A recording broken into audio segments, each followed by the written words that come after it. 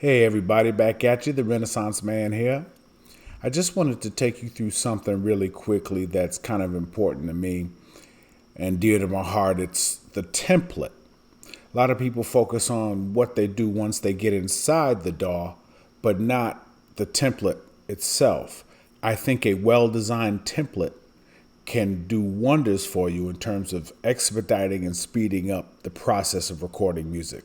So I have a template that I created already that's ready to rock and roll. You can build up your template from nothing and then save that when you get your results. So let's take a look at my template right now. Hello, Logic. New from template, so I already have it in there. Now, you could open an empty project and it would just be an absolutely bare and empty project, and you'd have to build your template from scratch. But we're going to go ahead and hit one of mine. All right, here we go. The new version of Logic has a lot of great new features. One that I like very much is pattern programming, right? So each one of my drums here, you can program via pattern, right? I try to leave my instrument tracks MIDI so I can affect change there and trigger them by third-party software and that kind of stuff. But usually with drums, I keep it all pattern-based. So you see here, I've already created my patterns. You can click on any track in Logic and then right-click inside the timeline. You can create a MIDI region or a pattern region for any instrument. Again, another very powerful feature of Logic, right? So right here, I just have 5 beats set up. So when my template opens up, I already have 5 beats to try to work the wonder, right? So when I click, I already got my click running there. I have some cymbals triggered and ready to go because I know at some point I'm going to need cymbals, right? So I have those set up and ready to go. You got my click track going and we're good. I get a little chimes too because, hey, I like a little chime. So I have absolutely nothing here now, and you say, how on earth are you going to start a track? Right? Let's take a look at something else really quickly. Track stacks. If I take any one of these tracks, I've already made track stacks here. If I take this and right click on it, I can flatten this stack, right? Turn all these back to individual tracks. But if I select these things and they're not in a track stack, I can then create a track stack which will give me output. One output and everything hidden in, all the tracks hidden inside of that output, right? So that's a very powerful feature, if you notice, of cleaning up your mixer. So when it's time to rumble at the end, this is basically what you're looking at, which is pretty cool. And my drum area, right? So this is all ready to go. Like I say, click track ready to go, everything humming. So I'm going to go down here and take a look. All right, so you see here, I have Apple's drum synth. Nice kick drum there. Snare. Some hat, and again, all these can be triggered via pattern. So if I wanted to, I could just go in here, click on this, and get me some kick running, a snare running, a hat running, another snare running,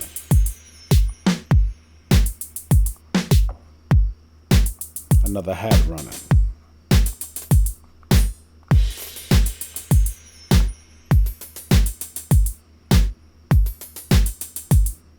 Right? You see how powerful it is. Go over to Apple loops.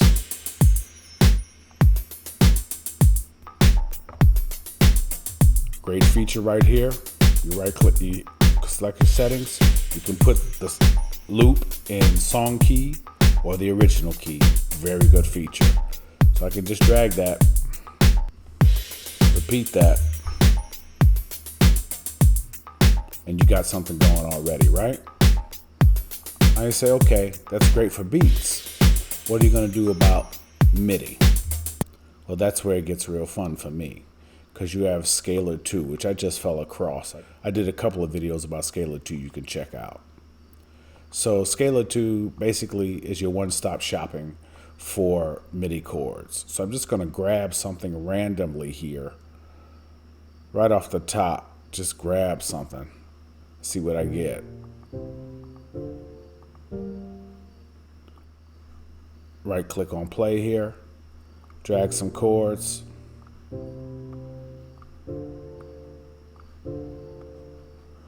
Press play.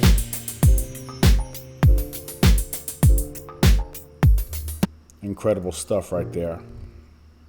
Select these right quick. Throw them across. You say, oh my God, that's insane, right? I'm going to go ahead and drag those and put those on my piano right here. Now I have Midi chords to doctor. Do you see how crazy this is? That within this short period of time using this template and some of these apps, let's take a look at something. Scalar 2, Contact, which is Native Instruments. They make really great sounds. The gentleman is one of the greatest pianos I've ever heard in my life, right? So I got drum synth for some Apple drums. I got Contact drums here, kick, snare, and hat. Then I got drum kits, Apple's drum kits, because I like the way their high-end sounds, right? Not so much the drums themselves. I think they have trigger issues sometimes. Scalar 2 can be used in two ways. It can be used as an actual plug-in, or it can actually be used to trigger a plug-in, which is a very cool feature of Scalar 2, right? You throw all your outputs on your masters. You got a couple of effects here, right? Let's look at some bass real quick just to check out what I have in here. I got MIDI bass, a scalar bass that make great internal sounds. I got another bass and another bass and a bass amp input. Instruments for dragging instrument loops here. Guitar sub for 3 guitars. The stomp, so it's a guitar emulator, so you can emulate guitars. Vocals are crazy these days because it seems like you have a million tracks for vocals. When I was growing up, we only had 4 tracks, and I was happy to have that. Yeah, and we walked through the snow both ways to school and all that kind of stuff. Yeah, I get it. But this stuff is incredible, right? So just this alone is my vocal spread, right? Most tracks today, if you look at the entire track count for this, I'm up to 75. That is not crazy. Most tracks these days have between 80 and 100 tracks, right? Vocal here, I have Melodyne, which is an auto-tune feature. Really natural results in industry standard Melodyne, right? Then I have the Waves plugin, Chris Lord, so this is vocal plugin. It's very, very good. Every person should own the gold Waves plugin bundle. If you can buy it, do it. But you can get a lot of good results using native plugins also, right? So that's all the vocals. On each one of my main outputs, I use a CLA and just blend it. I like to work quick. I don't have time for all of this fine tuning. Let's just get it out the door, right? Get some good quality sounds and get it out the dang door. So if you look at that, that's it in a nutshell, right? That's my entire template. I can open this thing and within minutes, I'm throwing down. I can put together tunes in 30 minutes. Check it out again, just the scalar. And I'm going to copy this MIDI right here, exported from the scalar across to the other tracks to fill it out, and watch how instantly it changes.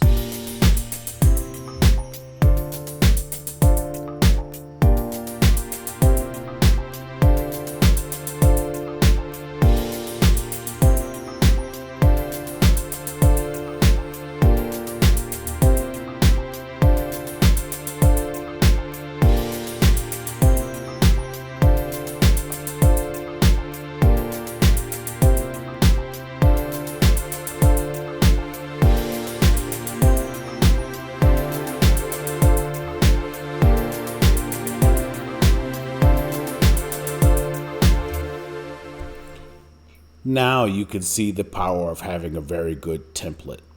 A lot of people have different templates. One for house, one for reggae, one for another kind of music, different kinds of music. Yeah, you can do that. But if you have one template that you're absolutely sure of and you're positive of, so you can open that sucker in any environment that has a Logic setup with waves and native instruments, and this will allow you to marvel people with how quickly you can get stuff done. I hope this was good for you.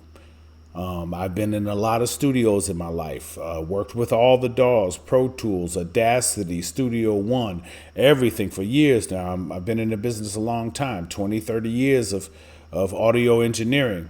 And this setup right here is very quick. The reason I use Logic Pro is because I like it because it's native. Again, I don't like a lot of foolishness. So I want whatever I'm using to be as close to native to the operating system that I'm using as possible, right? So I hope you enjoyed this tutorial. And please make good music. Prince is dead, Michael's dead, James Brown is dead. Handle your business. Renaissance Man, out.